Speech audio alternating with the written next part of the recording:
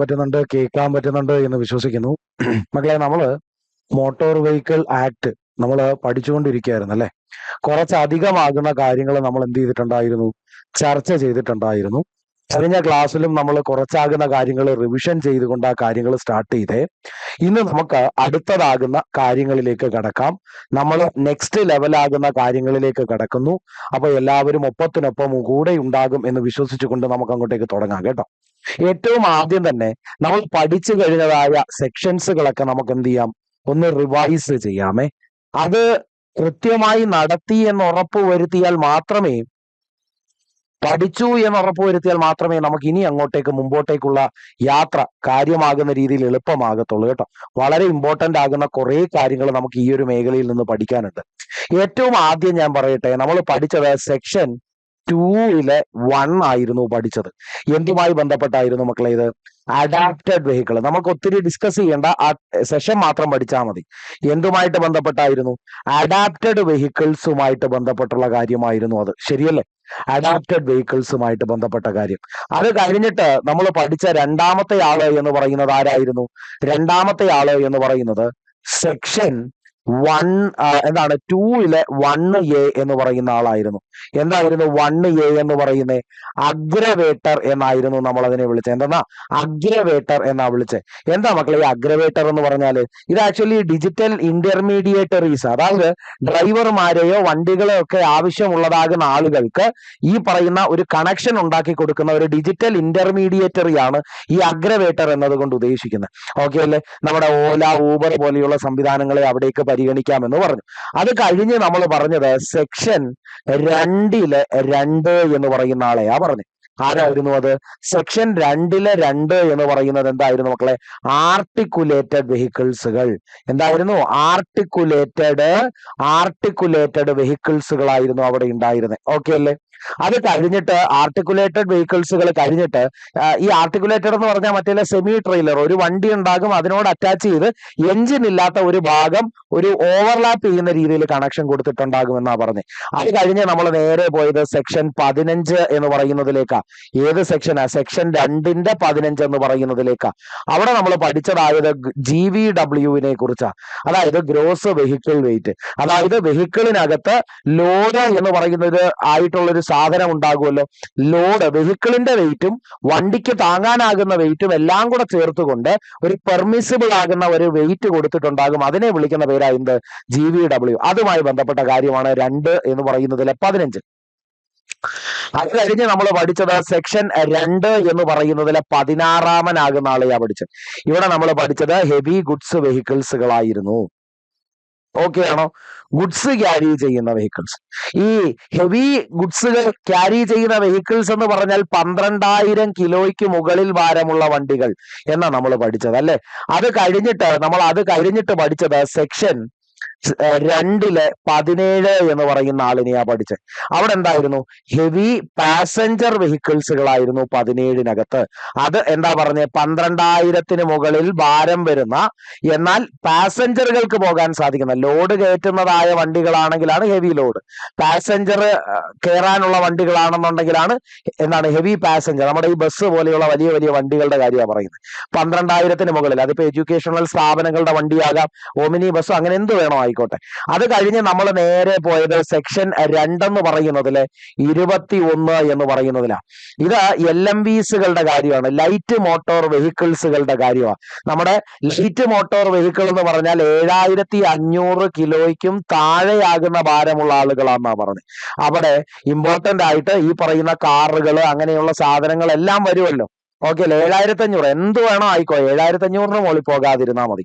അത് കഴിഞ്ഞ് നമ്മൾ പഠിച്ചത് സെക്ഷൻ 2 എന്ന് പറയുന്നതില് 22-ാമനാകുന്ന ആളെയാ. ഇവന്റെ പേരെന്തായിരുന്നു? മാക്സി ക്യാബ് എന്നാ പറഞ്ഞത്. അതായത് ഒരു റിവാർഡോ അല്ലെങ്കിൽ ഒരു റെന്റോ എന്നുള്ള രീതിയിൽ, അല്ലെങ്കിൽ ഈ പറയുന്ന വാടകയോ എന്നുള്ള രീതിയിൽ ഹയർ കൊടുത്തുകൊണ്ട് നമ്മൾ വിളിക്കുന്ന ഒരു വണ്ടി. ആ വണ്ടിയുടെ പ്രത്യേകത എന്താണ് എന്ന് ചോദിച്ചാൽ 6-ന് മുകളിൽ പാസഞ്ചർ ഉണ്ടാകും, എന്നാൽ 12-ന് താഴെയുള്ള ആളുകളെ ഉണ്ടാകും. ഉണ്ടാകാൻ പാടുള്ളൂ. അതായത് 6നും 12നും ഇടയിൽ മാത്രം ആളുകൾക്ക് അത്രയും എണ്ണം ആളുകൾക്ക് കയറാൻ പറ്റുന്ന സാധനമാണ് ഏതെന്ന് പറയുന്നത്, ഈ മാക്സി ക്യാബ് എന്ന് പറയുന്നത്. ഓക്കെ ആണോ? ഈ മാക്സി ക്യാബിനകത്ത് ഈ 6 മുതൽ 12 എന്ന് പറയുന്നതിനകത്ത് ഡ്രൈവർ എക്സ്ക്ലൂഡഡ് ആ. ഡ്രൈവർ ഇല്ലാണ്ട്, ഡ്രൈവറിനെ കണക്ക് കൂട്ടാതെ ഈ 6 മുതൽ 12 വരെയുള്ളതാകുന്ന ആളുകൾ, അത് ഇമ്പോർട്ടന്റ് ആകുന്ന ഒരു കണക്കാണ്. അത് കഴിഞ്ഞ് നമ്മൾ പറഞ്ഞതായ അടുത്തൊരാളെന്ന് പറയുന്നത് സെക്ഷൻ 23 എന്ന് പറയുന്ന ആളാണ്. ഏതാ? 2ന്റെ 23. ഓക്കെ അല്ലെ? സെക്ഷൻ 2നകത്തെ 23 എന്ന് പറയുന്നത് എന്തായിരുന്നു? നമ്മൾ പറഞ്ഞു മീഡിയം ഗുഡ്സ് വെഹിക്കിൾസ് ആണെന്ന് പറഞ്ഞു. എന്തായിരുന്നടാ? മീഡിയം ഗുഡ്സ് വെഹിക്കിൾസുകളാണ് എന്ന് പറഞ്ഞു. അതായത് ചരക്ക് വണ്ടികൾ തന്നെ അത് മീഡിയം വിഭാഗത്തിൽ, അതായത് 7500 കിലോയ്ക്ക് മുകളിലാണ്, എന്നാൽ 12000 കിലോയ്ക്ക് താഴെയുമാണ് എന്ന സാഹചര്യത്തിലുള്ള ഗുഡ്സ് ക്യാരിയിങ് വെഹിക്കിൾസുകളാണവ. ഇനി അവിടെ സെക്ഷൻ 2 23 കഴിഞ്ഞാൽ സെക്ഷൻ 2 24 വരുന്നുണ്ട്.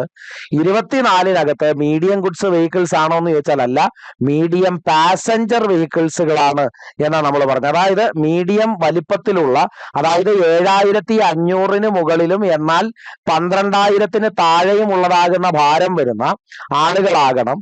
അതിനകത്ത് ആളുകളെ കയറ്റുന്ന സാഹചര്യമായിരിക്കണം ഉണ്ടാകേണ്ടത്, ലോഡ് കയറ്റുന്ന പരിപാടിയല്ല. അവിടെ അത് പബ്ലിക് ആയാലും പ്രൈവറ്റ് ആയാലും അവര് ഇമ്പോർട്ടന്റ് ആകുന്ന രീതിയിൽ ഒരു സംഭവം ഇവിടെ പറയുന്നുണ്ട്. ഇത് ഈ പറയുന്ന റേഞ്ചിനകത്ത് അതിന്റെ ഭാരം നിൽക്കണമെന്ന്. ഈ ഒറ്റ കാര്യം മാത്രമേ ഉള്ളൂ.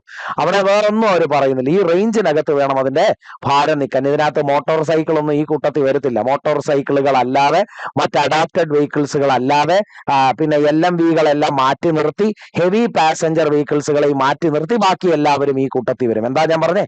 ലൈറ്റ് മോട്ടോർ വെഹിക്കിൾസ്, അതുപോലെ നമ്മുടെ ബൈക്കുകള്, അല്ലെങ്കിൽ അഡാപ്റ്റഡ് വെഹിക്കിൾസുകള്, റോഡ് റോളറ് തുടങ്ങിയതാകുന്ന സാധനങ്ങളെയും ഒക്കെ ഇതിനകത്ത് നിന്ന് മാറ്റി നിർത്തിക്കൊണ്ട് ബാക്കിയുള്ളതാകുന്ന ഹെവി വെഹിക്കിൾസുകളെയും മാറ്റി നിർത്തിക്കൊണ്ട് ബാക്കിയുള്ളതാകുന്ന കാറ്റഗറി ഓഫ് ആളുകൾ ആരായി വരുമെന്ന് ചോദിച്ചാൽ അത് ഈ പറയുന്ന മീഡിയം ഗുഡ്സ് വെഹിക്കിൾസ് ആയിട്ട് വരും. ശ്രദ്ധിച്ചോണം, ഇങ്ങനത്തെയൊക്കെ സ്റ്റേറ്റ്മെന്റുകളായിട്ട് തന്നെ പരീക്ഷയ്ക്ക് ഉണ്ടാവാം കേട്ടോ. അടുത്തത് 24 കഴിഞ്ഞ് നമ്മൾ 25 പഠിച്ചത്. 2ലെ 25 എന്ന് പറയുന്നത് എന്തായിരുന്നു മക്കളെ? മോട്ടോർ ക്യാബുകളുമായിട്ട് ബന്ധപ്പെടുന്ന കാര്യമാ. എന്തായിരുന്നു? മോട്ടോർ ക്യാബ് എന്ന് പറയുന്ന സാധനമാണ്. ഈ മോട്ടോർ ക്യാബ് എന്ന് പറഞ്ഞാലും ഒരു മോട്ടോർ വെഹിക്കിൾ സെറ്റപ്പ് തന്നെയാണ്. ഇവിടെ എന്താ നമ്മൾ പറഞ്ഞേ? മോട്ടോർ ക്യാബ് എന്ന് പറയുമ്പോ ഈ ക്യാബ് ബുക്ക് ചെയ്ത് കഴിഞ്ഞാൽ അതിന്റെ പ്രശ്നം എന്താണെന്നറിയോ? ഈ 6 പേർക്ക് മുകളിൽ അതിൽ കയറാൻ പറ്റില്ല. 6+ നോട്ട് അലൗഡ് ആണ്. എന്താടാ? 6+ നോട്ട് അലൗഡ്. 6ന് മുകളിൽ വരുന്ന ആളുകൾക്ക് അതിനകത്ത് പ്രവേശിക്കുക സാധ്യമല്ല. 6ന് മുകളിൽ കയറുന്ന ആളുകൾക്ക് അതിൽ പ്രവേശിക്കുക സാധ്യമല്ല. 6ന് മുകളിൽ ആളുകൾക്ക് പറ്റില്ല. പക്ഷെ ഈ പറയുന്ന കണക്കോലെ ട്രാവൽ ചെയ്താൽ അവിടെ ഹയറോ റിവാർഡോ കാര്യങ്ങളോ ഒക്കെയും എന്ത് ചെയ്യും? കിട്ടും. അതായത് വണ്ടി ഓട്ടം വിളിക്കുന്നില്ല, അപ്പൊ പൈസ കൊടുത്തല്ലേ പറ്റും. അത് കഴിഞ്ഞ് നമ്മൾ അടുത്തതായിട്ട് പഠിച്ചത് സെക്ഷൻ ഏതായിരുന്നു? സെക്ഷൻ നമ്മൾ 29 പഠിച്ചത്. 2ന്റെ 29. 29ലേക്ക് വരുമ്പോ ഒമിനി ബസ് എന്നാണ് നമ്മൾ പറഞ്ഞത്. എന്താടാ? ഒമിനി ബസ് എന്നാ പറഞ്ഞത്. ഇവിടെ ആക്ച്വലി ഇതൊരു എന്താണ്, 6ന് മുകളിൽ ആളുകൾക്ക് പ്രവേശിക്കാൻ എന്ന വണ്ണം. മോട്ടോർ ക്യാബുകളിൽ 6ൽ താഴെ ആളുകളെ കയറൂ, എന്നാൽ 6ന് മുകളിൽ ആളുകൾ കയറുന്ന സാധനമാണ് ഒമിനി ബസ് എന്ന് പറയുന്നത്. ഓക്കെ ആണോ? ഇത് ആ ഒരു രീതിയിലാണ് കൺസ്ട്രക്ട് ചെയ്തിരിക്കുന്നത് എന്നൊരു കാര്യമാണ് നമ്മളിലേക്ക് എത്തിക്കുന്ന ഒരു സംഭവം കേട്ടോ. കൃത്യമാകുന്ന രീതിയിൽ അതിനെ ഒന്ന് ശ്രദ്ധിച്ചേക്കണേ. അപ്പോ ഇത്രയും കാര്യങ്ങൾ മനസ്സിലായോ? അപ്പോ സെക്ഷൻ 29 വരെയുമുള്ള കാര്യങ്ങൾ നിങ്ങളിലേക്ക് വ്യക്തമാകുന്ന രീതിയിൽ എത്തിയോ? അത് കഴിഞ്ഞ് നമ്മൾ ആകെ 3 ആളുകളെ അധികമായിട്ടെന്നുള്ള വണ്ണം പഠിച്ചത്. ഒന്നുകൂടെ ഒന്ന് പഠിച്ച. ഇതൊക്കെ ഇമ്പോർട്ടന്റ് ആ. ഇവിടുന്ന് എന്താണ് കുത്തിത്തിരിപ്പൻ ചോദ്യങ്ങളൊന്നും ചോദിക്കില്ല, ഡയറക്റ്റ് ക്വസ്റ്റ്യൻസേ ഉണ്ടാവൂ ഈ ഒരു ഭാഗത്ത് നിന്ന്. എന്നിരുന്നാലും കണ്ടന്റുകൾ മനസ്സിലാക്കി വെക്കണം എന്നുള്ളതാണ്. അഡാപ്റ്റഡ് വെഹിക്കിൾ എന്ന് പറഞ്ഞാൽ എന്താണ്, അല്ലെങ്കിൽ ഈ പറയുന്നത് പോലെ എന്താണ് ഒരു അഗ്രവേറ്റർ എന്നതുകൊണ്ട് ഉദ്ദേശിക്കുന്നത്. അപ്പോ എന്തൊക്കെയാ പറഞ്ഞ? 2.1 അഡാപ്റ്റഡ് വെഹിക്കിൾസിനെ കുറിച്ച്, 2ലെ 1A അഗ്രവേറ്ററുകളെ കുറിച്ച്, സെക്ഷൻ 2ലെ 2നകത്ത് ആർട്ടിക്കുലേറ്റഡ് വെഹിക്കിൾസുകളെ കുറിച്ച്, സെക്ഷൻ 2ലെ 15 GVW അല്ലെങ്കിൽ gross vehicle weight including the weight of vehicle and with the load carrying, maximum load carrying രണ്ടുകൂടെ ചേർത്തിട്ട. 2ലെ 16 വന്നപ്പോ ഹെവി ഗുഡ്സ് വെഹിക്കിൾസ് വന്നു. 12000 കിലോയ്ക്ക് മുകളിൽ ലോഡ് കയറ്റാൻ പറ്റുന്ന അല്ലെങ്കിൽ 12000 കിലോയ്ക്ക് മുകളിൽ വെയിറ്റ് ഉള്ള വണ്ടികൾ. ഓക്കെ. സെക്ഷൻ 2ലെ 17 ഹെവി പാസഞ്ചർ വെഹിക്കിൾസുകളാണ്. 12000 മുകളിൽ തൂക്കം വരുന്ന പാസഞ്ചറുകൾക്ക് കടക്കാനുള്ള വണ്ടി. ഇനി 2ലെ 21 ലൈറ്റ് മോട്ടോർ വെഹിക്കിൾസ് 7500 കിലോയിൽ താഴെ. സെക്ഷൻ 2 2ന്റെ 22 മാക്സി ക്യാബ് 6 മുതൽ 12 പേർക്ക് വരെ മാത്രം കയറുവാൻ സാധിക്കുന്നതായ ആളുകൾ. സെക്ഷൻ 2ലെ 23 എന്ന് പറയുന്നത് മീഡിയം ഗുഡ്സ് വെഹിക്കിൾസ് ആണ്. 7,500-നും 12,000-നും ഇടയിലായിരിക്കണം അവിടുത്തെ തൂക്കം. അത് കഴിഞ്ഞ് സെക്ഷൻ 2 എന്ന് പറയുന്നതിലെ 24ലേക്ക് വന്നു. മീഡിയം ഗുഡ്സ് വെഹിക്കിൾ കഴിഞ്ഞാൽ പിന്നെ വരുന്നത് മീഡിയം പാസഞ്ചർ വെഹിക്കിൾസാ. അവിടെ 7,500-നും 12,000-നും ഇടയിൽ തൂക്കം വരുന്ന പാസഞ്ചറുകൾക്ക് കയറാനും ഇറങ്ങാനും ഒക്കെ ഉള്ളതാകുന്ന യാത്രാ സൗകര്യം ഒരുക്കുന്ന മീഡിയം ഗുഡ്സ് വെഹിക്കിൾസ് പാസഞ്ചർ വെഹിക്കിൾസിന്റെ കാര്യമാണ് പറഞ്ഞത്. 2.25 എന്ന് പറഞ്ഞാൽ മോട്ടോർ ക്യാബുകളാണ്.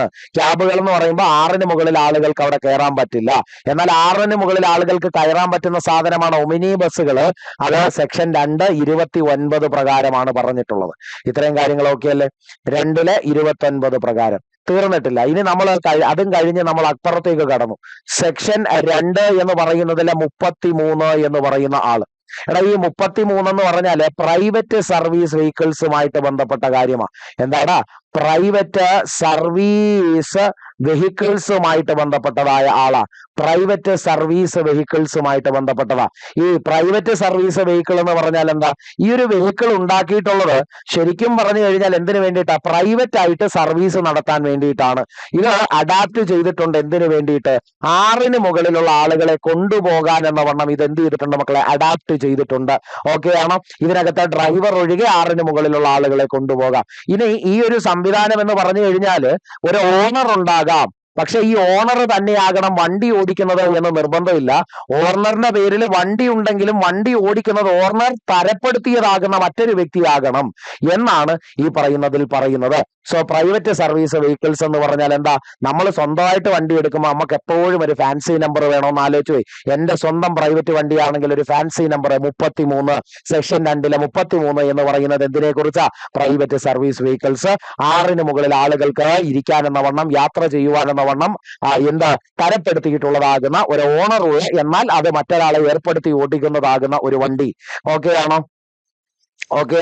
ഇത് ബിസിനസ് സംബന്ധമായ ആവശ്യങ്ങളുമായി ബന്ധപ്പെട്ടിട്ടായിരിക്കും ഇങ്ങനെ ഒരു സംവിധാനം വരുന്നത്. ഓക്കെ ആണോ? ഇത് ബിസിനസ് സംബന്ധമാകുന്ന ആവശ്യങ്ങളുമായി ബന്ധപ്പെട്ടിട്ടായിരിക്കും. ഇനി ഹയർ ഓർ റിവാർഡിന് വേണ്ടിയിട്ടാണോ എന്ന് ചോദിച്ചാൽ, പ്രൈവറ്റ് ആയ ആവശ്യത്തിന് വേണ്ടിയല്ല. അവിടെ ഹയർ ഓർ റിവാർഡ് ഉണ്ടാകാൻ സാധ്യതയില്ല. ഓക്കെ ആണോ? Otherwise than four. ഇതിനകത്ത് ട്രേഡ് ഓർ ബിസിനസ് കണക്ഷൻ ആണ്. ഓക്കെ ആണോ? ഇതിനകത്ത് ഒരിക്കലും പബ്ലിക് പർപ്പസിന് വേണ്ടി ഉപയോഗിക്കുന്ന വെഹിക്കിൾസ് ഇൻക്ലൂഡഡ് ആകില്ല. ഓക്കെ അല്ലേ? ഇപ്പൊ നമ്മൾ പറഞ്ഞു ജോസ് ആലുക്കാസ്, ജോയി ആലുക്കാസ് പോലെയുള്ള വലിയ വലിയ MNC കമ്പനികളോ അല്ലെങ്കിൽ ഈ പറയുന്നത് പോലെയുള്ള ജുവലറികളിലോ ഒക്കെ വർക്ക് ചെയ്യുന്ന ആളുകൾ രാവിലെ ബസ്സിൽ കയറി പോകുന്ന കണ്ടിട്ടില്ലേ? അത് ആക്ച്വലി ഈ പറയുന്ന പ്രൈവറ്റ് സർവീസ് എന്താണ്? വെഹിക്കിൾസ് എന്ന് പറയുന്ന കാറ്റഗറിയിൽ വരുന്നതാ. അത് കഴിഞ്ഞാൽ നമ്മൾ പിന്നെ പറഞ്ഞത് സെക്ഷൻ 2 എന്ന് പറയുന്നതിലെ 35 എന്ന് പറയുന്നതിനകത്ത് പബ്ലിക് സർവീസ് വെഹിക്കിൾസിനെ കുറിച്ചാണ് പറയുന്നത്. എന്തിനെ കുറിച്ചാ മക്കളെ? പബ്ലിക് സർവീസ് വെഹിക്കിൾസ് എന്നതിനെ കുറിച്ചാണ് പറയുന്നത്. ഓക്കെ അല്ലെ? പബ്ലിക് സർവീസ് വെഹിക്കിൾസുകളെ കുറിച്ച്. ഈ പബ്ലിക് സർവീസ് വെഹിക്കിൾസ് എന്ന് പറഞ്ഞാൽ എന്തിനു വേണ്ടിയിട്ടാ? പാസഞ്ചറുകളാകുന്ന ആളുകൾ അല്ലെങ്കിൽ യാത്രാക്കാരാകുന്ന ആളുകളെ കയ്യിൽ നിന്ന് ഒരു കൃത്യമാകുന്ന ഒരു എമൗണ്ട് വാങ്ങി റിവാർഡ് വാങ്ങിക്കൊണ്ട് ഒരിടത്ത് നിന്ന് മറ്റൊരിടത്തേക്ക് കൊണ്ടുപോയി ഇറക്കുന്ന പരിപാടി. ഓക്കെ അല്ലെ? അതാണ് പബ്ലിക് സർവീസ് വെഹിക്കിൾസുകൾ എന്ന് പറയുന്നത്. അതിനകത്ത് ഈ പറയുന്ന സർക്കാർ നിയന്ത്രണത്തിലുള്ള KSRTCയെ നിങ്ങൾ കണക്കാക്കണം. ബാക്കിയുള്ളതാകുന്ന സാധനം നോക്ക്. നമ്മുടെ വഴിയിലൊക്കെ കുറെ മഞ്ഞ ബോർഡുകൾ ഒട്ടിച്ച കാറുകൾ ഉണ്ടാകുമല്ലോ. നമ്മുടെ യാത്രയ്ക്ക് പോകുന്ന നമ്മൾ ഈ പറയുന്ന A1 എന്നോ കല്ലട എന്നൊക്കെ പറയുന്ന ബസ്സുകളൊക്കെ ഉണ്ടാകുമല്ലോ. ഈ ബസ്സുകളിലെല്ലാം നമ്മൾ ടിക്കറ്റ് എടുത്ത് പോകുന്നു എന്നുള്ളതല്ലേ.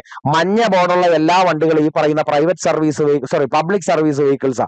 എല്ലാവർക്കും ഒരുപോലെ ആക്സസ് ചെയ്യാൻ പറ്റുന്ന, പക്ഷെ ഡ്രൈവറിനോട് തോന്നണം വരണമെങ്കിൽ. എന്തോ ആയിക്കോട്ടെ, എല്ലാവർക്കും ഉപയോഗിക്കാനെന്നല്ലേ. അതിനു വേണ്ടിയിട്ട് അതിനകത്ത് മോട്ടോർ ക്യാബും മാക്സി ക്യാബും കോൺട്രാക്ട് ക്യാരിയേജ്, നമ്മുടെ നാട്ടിലുള്ള ബസ്സിന്റെ ഒക്കെ കാര്യങ്ങളാ പറയുന്നത്. കോൺട്രാക്ട് ക്യാരിയേജ് എന്ന് പറയുന്ന സാധനം. ഓക്കെ ആണോ? കോൺട്രാക്ട് ക്യാരിയേജ് എന്ന് പറയുന്ന സാധനം. അതുപോലെ തന്നെ സ്റ്റേജ് ക്യാരിയേജ് എന്നൊക്കെ പറഞ്ഞിട്ടൊരു സാധനം. ഓക്കെ ആണോ? സ്റ്റേജ് ക്യാരിയേജ് എന്ന് പറഞ്ഞിട്ടുള്ള സാധനം. ഇതൊക്കെയും ഏത് കാറ്റഗറിയിൽ വരുന്നതാ? ഈ പബ്ലിക് സർവീസ് വെഹിക്കിൾസ് എന്ന് പറയുന്നതിനകത്ത് വരുന്നതാ. ഇനി മറ്റൊരു കാര്യം പറഞ്ഞത് സെക്ഷൻ 2ലെ 47 എന്ന് പറഞ്ഞത് എന്തുമായി ബന്ധപ്പെട്ട? ട്രാൻസ്പോർട്ട് വെഹിക്കിൾസുമായിട്ട് ബന്ധപ്പെട്ടുള്ള കാര്യമാണ്. 47 എന്ന് പറയുന്നത് ട്രാൻസ്പോർട്ട് സർവീസ് വെഹിക്കിൾസ്. ഇത് പബ്ലിക് സർവീസ് വെഹിക്കിൾസ് ആണ്. പക്ഷേ പ്രശ്നം എന്താന്ന് ചോദിച്ചാൽ ഇത് ഗുഡ്സ് ക്യാരിങ്ങിന് വേണ്ടിയിട്ടാണ് ഉപയോഗിക്കുന്നത്. ഓക്കെ ആണോ? ഗുഡ്സ് ക്യാരിങ്ങിന് വേണ്ടിയിട്ടാണ് ഉപയോഗിക്കുന്നത്. അല്ലെങ്കിൽ എഡ്യൂക്കേഷണൽ സ്കൂളുകളിലൊക്കെ എഡ്യൂക്കേഷണൽ ഇൻസ്റ്റിറ്റ്യൂഷൻ ബസ്സുകളൊക്കെ ഇല്ലേ, എഡ്യൂക്കേഷണൽ ബസ്സുകളൊക്കെ ഇല്ലേ, എഡ്യൂക്കേഷണൽ ഇൻസ്റ്റിറ്റ്യൂഷൻസ് ബസ്സുകളൊക്കെ ഇല്ലേ. ഇതിൽ പബ്ലിക് വണ്ടികളോ പ്രൈവറ്റ് വണ്ടികളോ എന്തോ വന്നോട്ടെ, ട്രാൻസ്പോർട്ടേഷന് വേണ്ടി ഉപയോഗിക്കുന്ന വണ്ടിയാണോ എന്ന് നോക്കിയാൽ മതി. അത് ചരക്കായാലും ആളുകളായാലും. ഓക്കെ ആണോ? അത് കഴിഞ്ഞ് നമ്മൾ പറഞ്ഞു സെക്ഷൻ 2 ഏറ്റവും അവസാനം പഠിച്ച ആള് 48. ഇവന്റെ പേരാണ് അൺലാഡൻ വെയിറ്റ് എന്ന് പറഞ്ഞു. എന്താടാ ഇവന്റെ പേര്?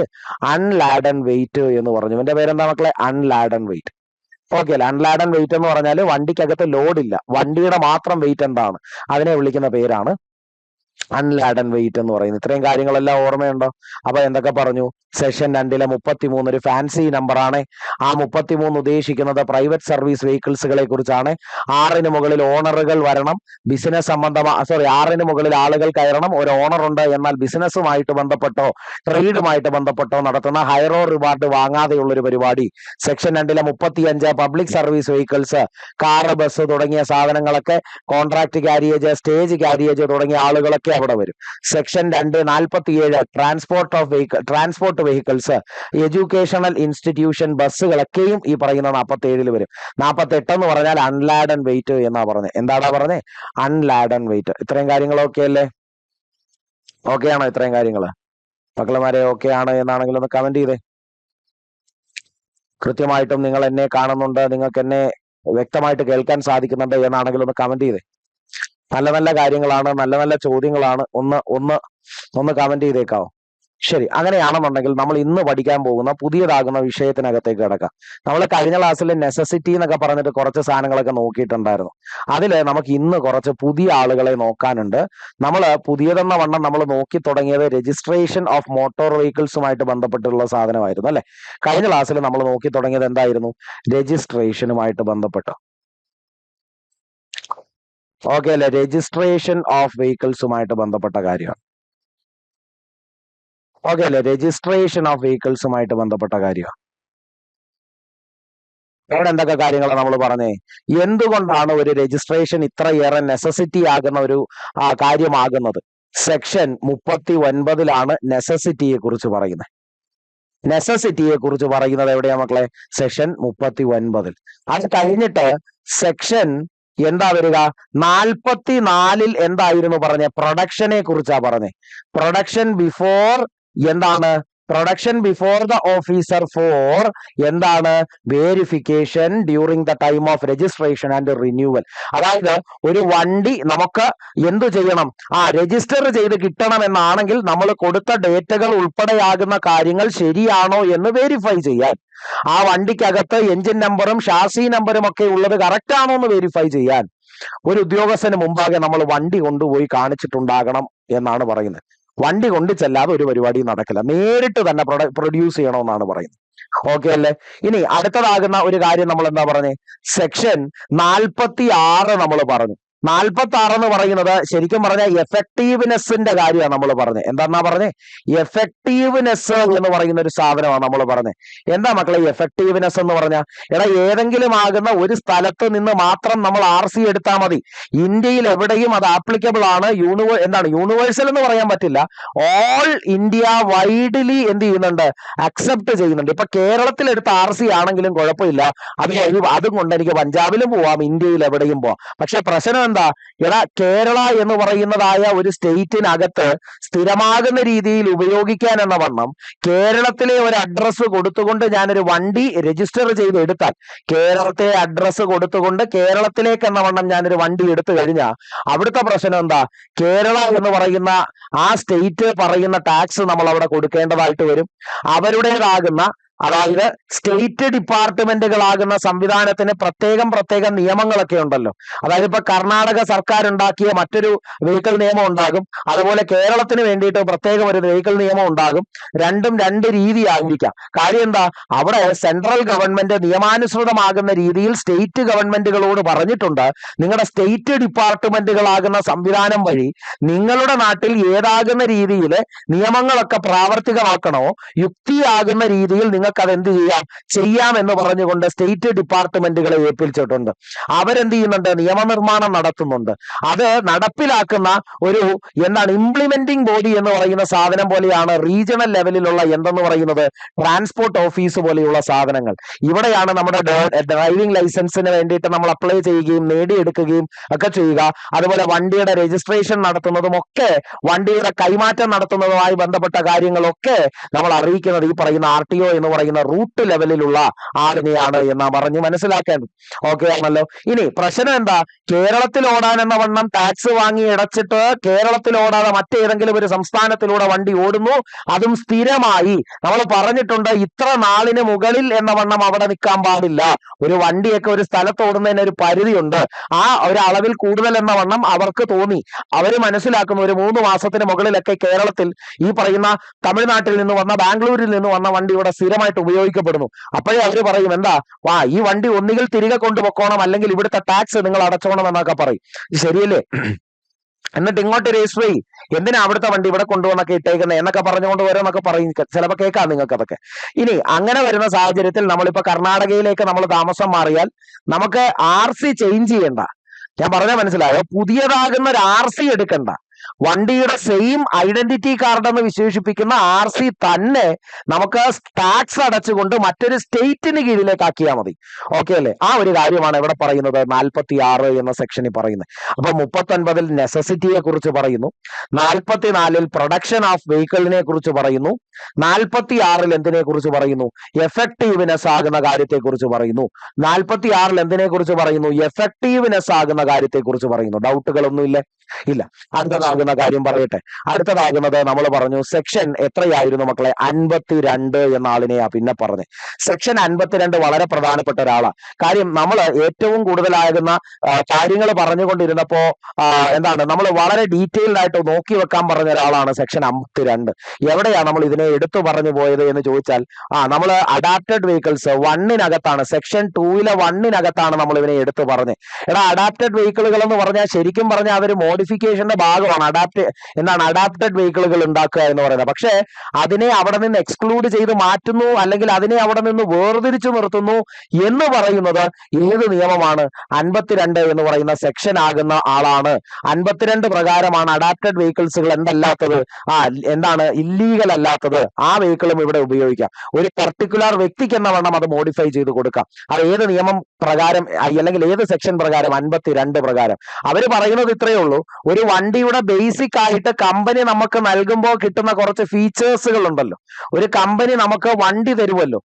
ഒരു കമ്പനിയിൽ നിന്ന് നമ്മൾ വണ്ടി വാങ്ങുമല്ലോ, നമ്മുടെ കാശ് കൊടുത്താ വാങ്ങിക്കുന്നത്. അപ്പോ ആ വണ്ടിക്കകത്ത് കമ്പനി പറയുന്ന കുറച്ച് ബേസിക് ഫീച്ചേഴ്സുകൾ ഉണ്ടാകുമല്ലോ. ഈ ബേസിക് ഫീച്ചേഴ്സുകളാകുന്ന ആ കാര്യത്തിനകത്ത് യാതൊരു വിധമാകുന്ന മാറ്റങ്ങളും വരുത്തരുത്.